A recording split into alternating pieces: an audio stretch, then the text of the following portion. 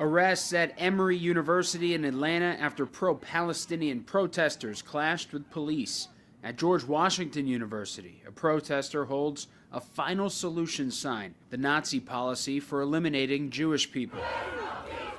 The string of incidents involving protesters denouncing the Israel-Hamas war on college campuses embroiling the country. Zionists don't deserve to live. Kamani James is one of the student organizers of Columbia's encampment and has been negotiating with school leaders. But a resurfaced live stream they posted earlier this year shows James using disturbing language. Be grateful that I'm not just going out and murdering Zionists. James apologized and tried to distance himself from the video. The New York Post reports liberal billionaire activist George Soros has contributed cash to some of the main groups organizing the nationwide protests. The debate over freedom of speech surrounds the demonstrations as Jewish students continue to question their own safety. Some members of Congress say there's an obvious difference. When you're making individuals on your campus not only feel less safe, but actually making them less safe because they're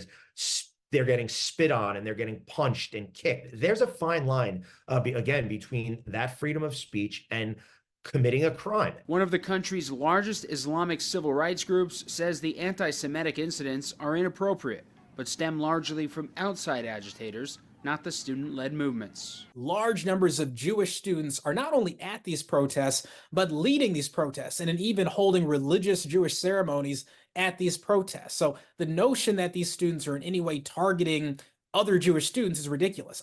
Pro-Israel advocates are questioning why students like James with a history of anti-Jewish statements are leading the negotiations meant to end the protests at Columbia.